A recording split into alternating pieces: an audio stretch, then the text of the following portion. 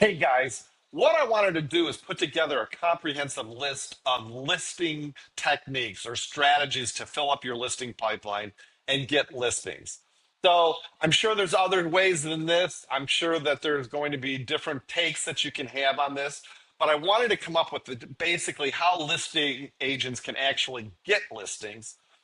Because a lot of times I talk to the listing agents that I'm coaching or just listing agents in general, and they're saying, well, I don't know how to get listings, especially, with my philosophy, get listings without spending money. So I'm going to show you everything that I've come up with. I'd love to know what your take is.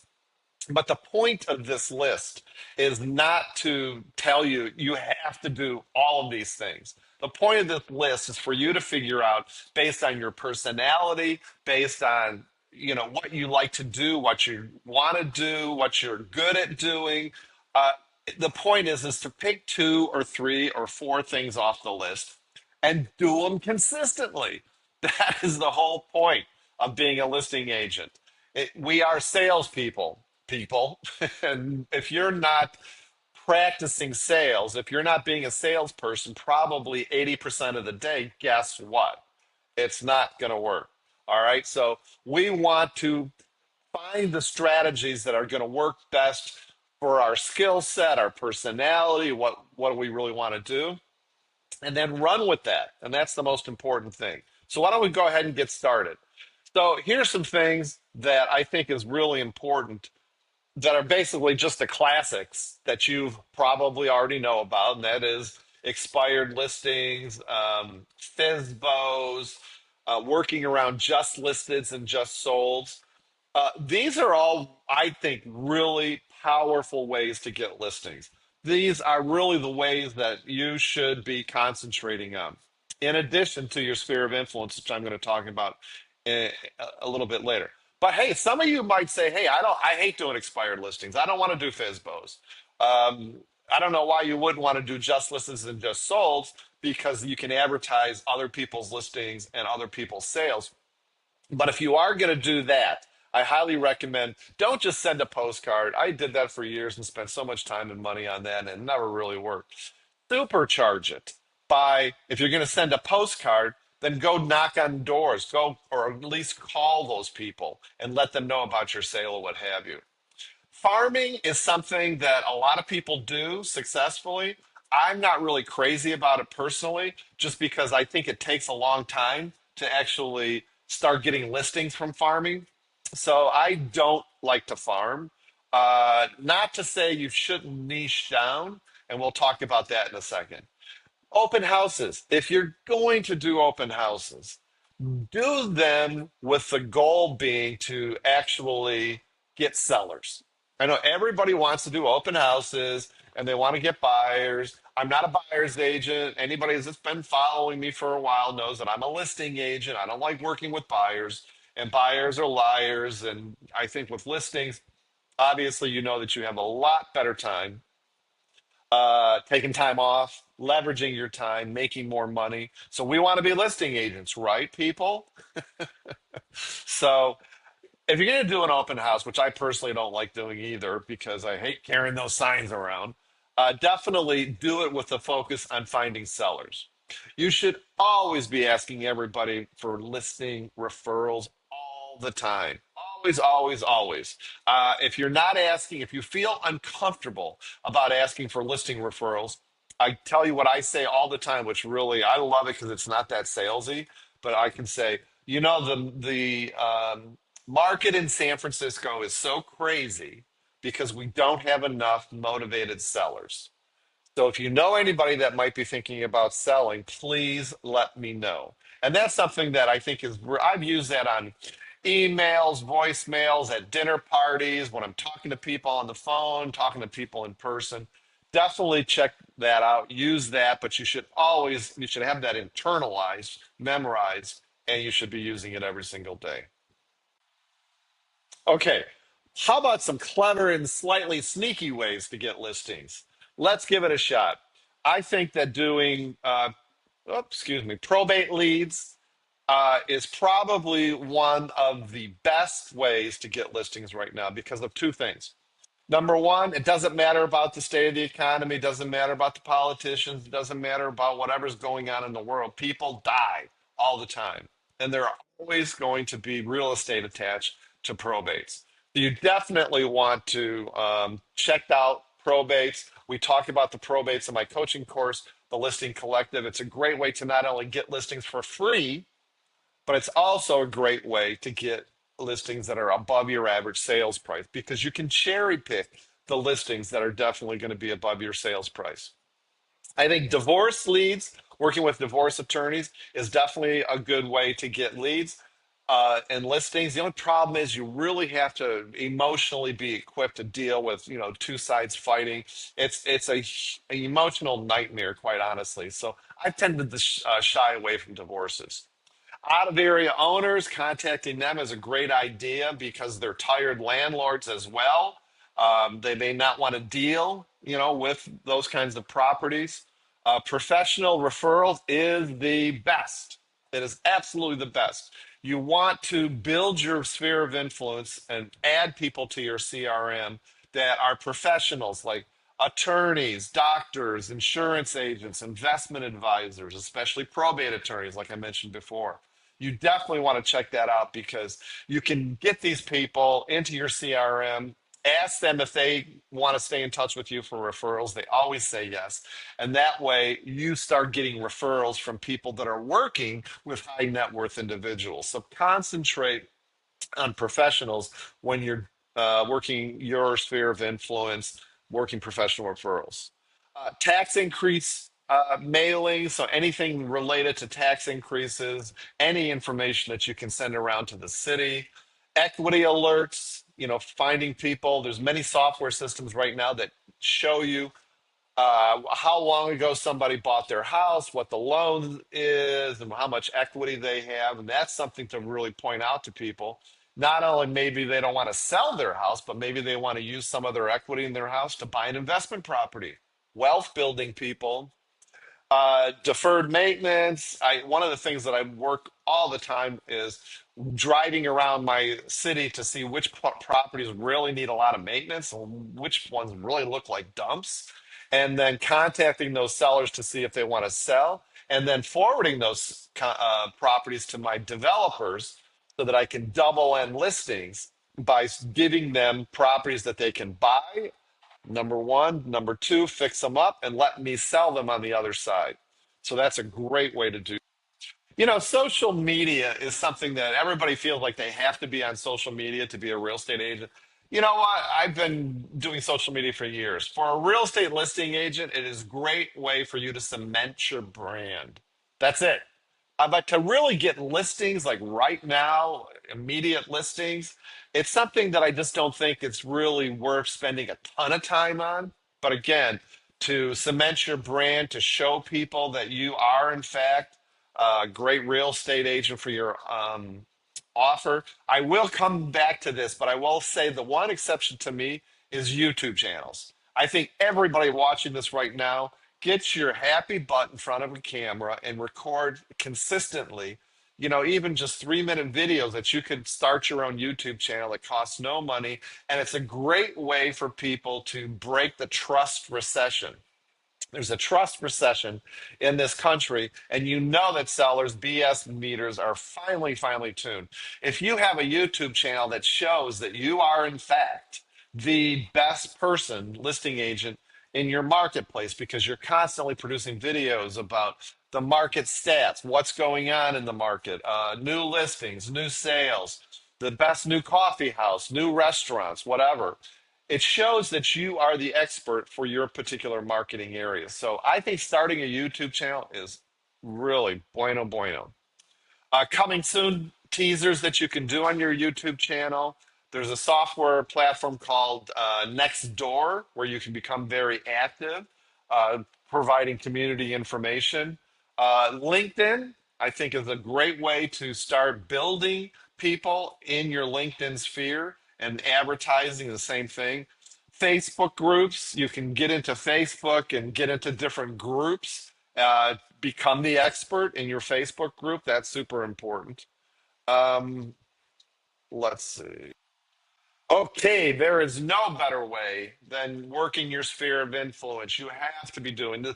Working your sphere of influence is a gold mine and it should be the foundation of any listing business. I have a number of clients, coaching clients, that are not calling their SOI. I don't know why. There's one gentleman who I love to death. He's the sweetest guy. He's killing it knocking on doors, believe it or not. He's doing really well, but I can't get him to call his sphere of influence. If you're not calling your sphere of influence, you are leaving major money on the table. So make sure you are definitely calling your sphere of influence.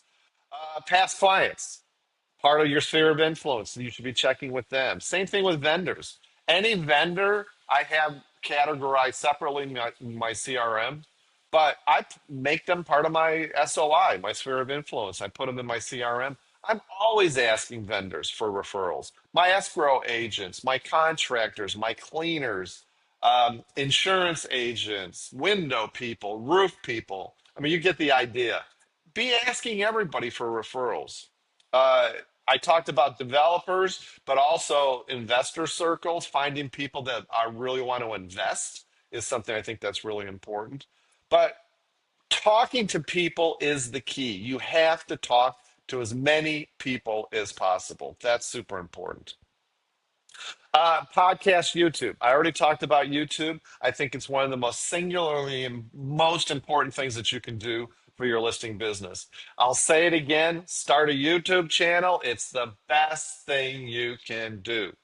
I know a number of listing agents that love teaching classes, first time home sellers, first time home buyers. I think that's a lot of work, but it can be very effective because it gets you in front of a lot of people. Collaborate with somebody else to help defer the costs of meetings and make sure that you've got all your materials in line and give them something at the end of the meeting that is just delicious for them. And what I mean by delicious is a free CMA on their property or referrals to things or a seller's guide, whatever it is. Come up with something really creative that you can give. Have a seller guide. This is what I like to call sometimes either a seller guide or a statement of qualifications. Basically, it's a little CMA without the comps, essentially. It's sort of like a sophisticated calling card where it basically has your resume, it has testimonials, referrals that they can call, it has your marketing strategy, whatever else you want to put in there that shows that you're really the expert and the authority. Make it professional, print it in color, even have go on Fiverr and have somebody design it for you.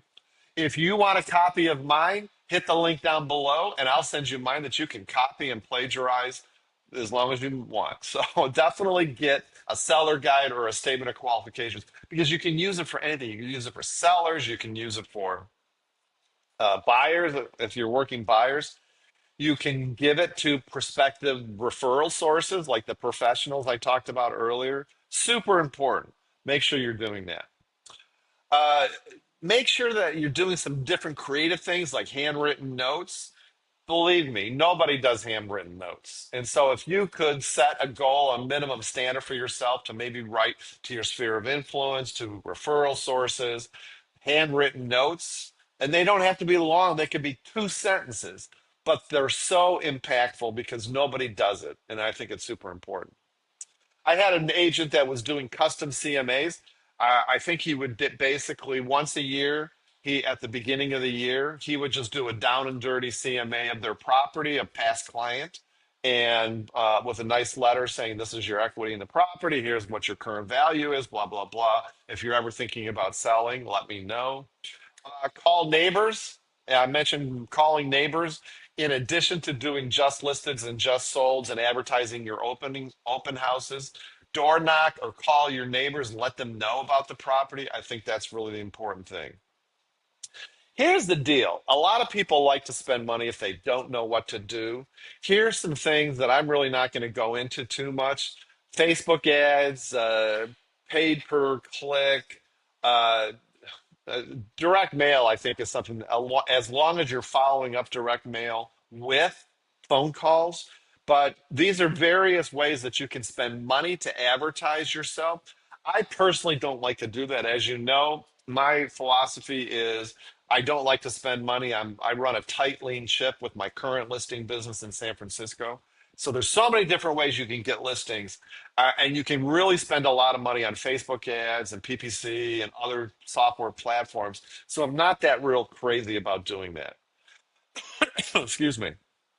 But definitely time block prospecting. You should be doing, from a mindset perspective, developing a consistent listing habit that you're prospecting for new listings every single day. Make sure your follow-up game is on point. If you're calling and prospecting, but you're not following up, guess what? You're going to be, the money's in the follow-up. Don't even prospect. So if you're not going to follow up, don't even prospect because it's not worth it, because the people need to be touched. Sometimes, what do the latest stats say? Some people need to be touched 7 to 10, 12 times before they feel comfortable enough to do business with you. Track everything that you're doing. Have a spreadsheet where you're keeping track of how many people you're talking to every single day. Have a spreadsheet of your minimum standards, which is something that we use. It's the micro momentum marketing standards. That is a great way to track all the minimum standards of the things that you should be doing from a mindset perspective, from a marketing perspective. That's something we talked about in the listing collective. And whatever you do, stop going down the social media rabbit hole and stop spending time on social media, because what you really need to be doing is protecting your time. So it's super important that you're using block time and really sticking to your schedule. That's super important.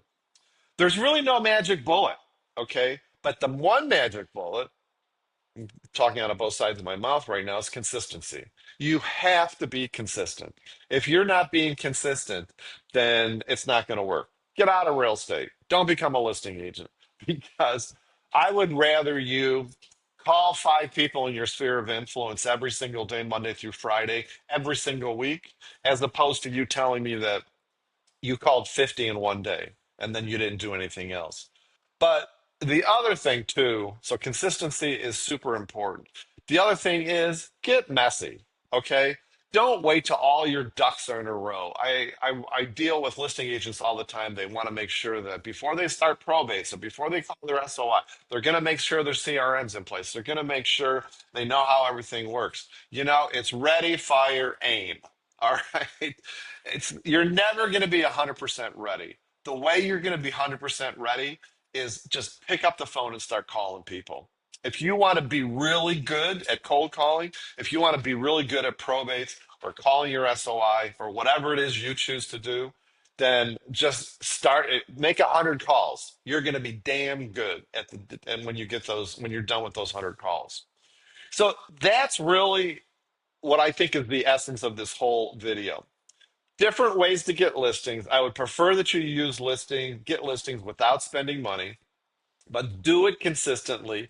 Pick 2, 3, or 4 different ways from this list and master those ways, master those strategies. That's what we do in the Listing Collective, is really mastering the different strategies that you're going to be good at doing, you're going to really enjoy doing, because when you are good at doing something and when you enjoy doing it, guess what? You're going to do it consistently, and the listings are going to flood your listing lead pipeline. Again, if you want my statement of qualifications, hit the link down below. If you want to get on the phone with me, schedule a call with me right now at the link down below. I would love to jump on the phone call with you and talk about how we can make you a master of your listing marketplace. All right, so hit that link right now. Otherwise, make it a great day, guys.